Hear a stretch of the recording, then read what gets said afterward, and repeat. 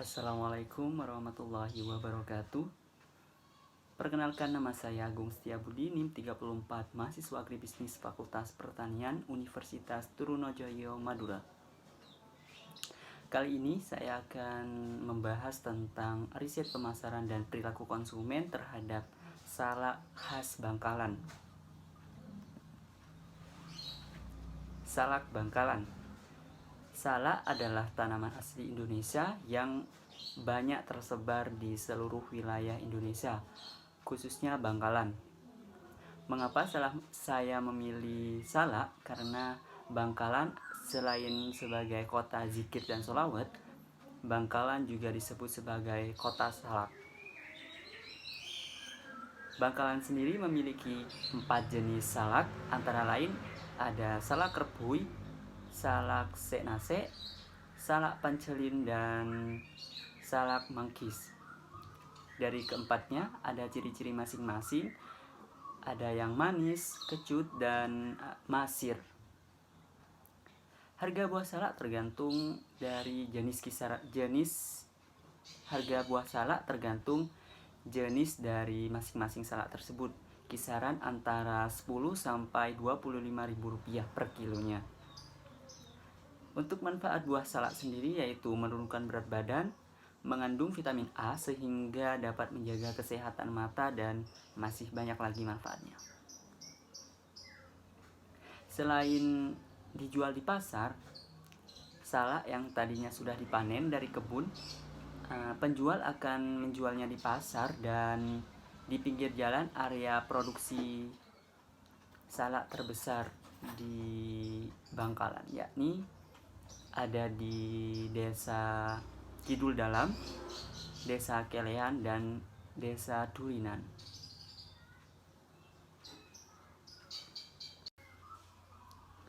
Lokasi riset perilaku pasar yaitu saya memilih lokasinya di bagian utara kota Bangkalan, yaitu Pasar Bancaran. Pasar yang cukup lama, yaitu berdiri sejak 2005, yang mana diresmikan oleh Bupati Bangkalan saat itu, Raden Kyai Haji Fuad Amin Imron. Pasar tersebut menyediakan berbagai kebutuhan rumah tangga mulai dari sandang, pangan, dan papan. Nah, paling banyak menyediakan berbagai hasil pertanian perkebunan, khususnya salak. Alasan tersebut membuat saya memilih Pasar Bangkalan sebagai lokasi riset perilaku pasar.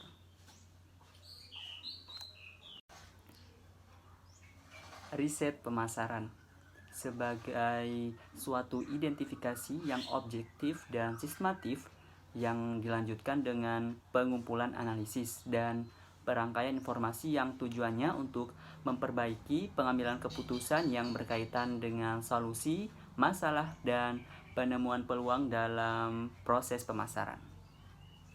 Nah, untuk kekuatannya yaitu jenis salak yang dijual tidak hanya salak khas Bangkalan seperti salak seknase, pancelin, kerpuy, dan salak mangkis, namun di sana juga menyediakan salak-salak khas Jawa yaitu seperti salak pondok. Untuk kelemahnya sendiri, ada lemahnya informasi pasar dari pedagang di sana tentang harga dari salak itu sendiri. Untuk peluangnya, selain menjual buah salak, ada beberapa pedagang yang menjual berupa olahan dari salak seperti asinan dan lain sebagainya. Ancaman sendiri, ada banyaknya pesaing yang menjual dengan jenis yang sama. Nah, berikut ini foto-foto dari Pasar Bancaran.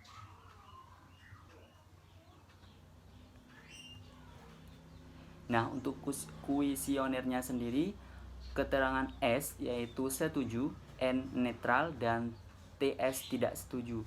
Ada 8 kuesioner yang saya buat, antara lain dari kualitas produk, independen, dan kepuasan konsumen atau dependen.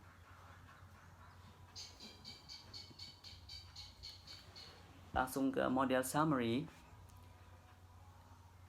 Interpretasinya adalah berdasarkan analisis data pada tabel di atas, yaitu model summary diketahui bahwa nilai R square sebesar 0,09 atau 0,3%. Artinya variabel independen atau kualitas produk kurang mampu dalam menjelaskan kepuasan konsumen. Lanjut ke tabel yang kedua, yaitu koefisien, yang mana berdasarkan data pada tabel koefisien di atas, diketahui nilai P hitung sebesar 0,731 dengan probabilitas 0,474 lebih besar dari 0,05. Artinya tidak ada pengaruh yang signifikan. Lanjut ke tabel yang ketiga, ada tabel ANOVA.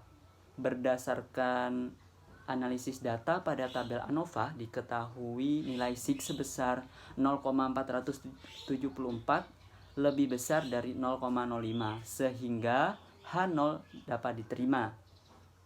Maka hasil dari analisis ini dapat disimpulkan bahwa tidak terdapat pengaruh yang signifikan antara kualitas produk dengan kepuasan konsumen.